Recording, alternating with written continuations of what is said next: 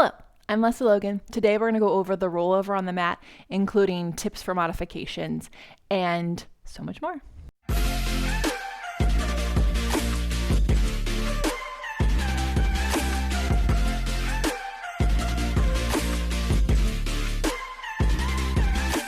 So if you're watching this because you have the onlinepilatesclasses.com deck of flashcards, woo, love you, hi. If you're like, what flashcards? Well, check it out on onlinepilatesclasses.com. So this exercise is the rollover. It comes after the roll up. I'm going to show you the ideal version, and then I'm going to show you just some ways that you can not beat yourself up over it if it's not working for you. So those modifications and tips will be at the end. Ideally, you want to have handles. So if you don't have handles, I will show you how you do that, but you'll see from this video the difference that it makes. So someday I'd love for you to invest in a mat like I have. And if you want a discount on it, just let me know because the handles will make a whole difference in your life. So normally you would come from your last roll up, right? You lower down, you just take your feet out of the strap, and then you go overhead. I'm reaching with my arms into my handles. I'm not pulling. Now, you'll see versions or people where they take their feet all the way to the ground. Notice how I had to lower my legs to do that. It didn't change my spine. So for me, I'm more concerned that I have the longest flexion here. And if that flexion of my spine takes my feet to the floor, great. If it doesn't, that's okay. So don't ever go, oh, I couldn't get my feet to the floor, or make the floor the goal. The goal is not the floor. The goal is the longest flexion. So you take your legs over with pointed feet.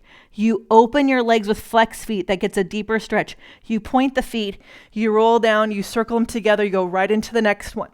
So you don't want to make this a leg exercise in that, look how when my legs come together, I lift my hips. I don't bring my legs to me, I bring my hips to the sky. All right, then after 3, you reverse it. You point to go over with the legs apart. You flex to squeeze together. You point to lower down. Something that I want you to be mindful of, no matter if you have your arms down by your side or overhead, is notice that I'm never looking down at my body. I see a lot of people when their legs go overhead, they look down. So I don't want you to do that, okay? If you don't have handles, your arms would be by your side, and you would still do the same thing. Where it gets a little harder is it's a little harder for me to keep my shoulders wide on my upper back, just because inherently my shoulders want to roll forward in that position. So I lose that reach up, which is so helpful for if you're trying to do exercises on the reformer like breaststroke, you want to get into using that overhead reach, which we have lost in our society. So a couple ways to modify this. Skip it and just do the rollover. But another way is don't take your legs overhead. Just work on lifting the hips and bringing it down, and lifting the hips and bringing it down. You could do this every single time instead of taking them all the way over until you can take it all the way over. And then maybe this is where you are, right? If you're like, oh, I can't go any further because I have a tighter upper back or whatever, just know that you can do the roll up again, or you could just do a smaller lift with your hips and strengthen your center to get you to where you can do the full rollover.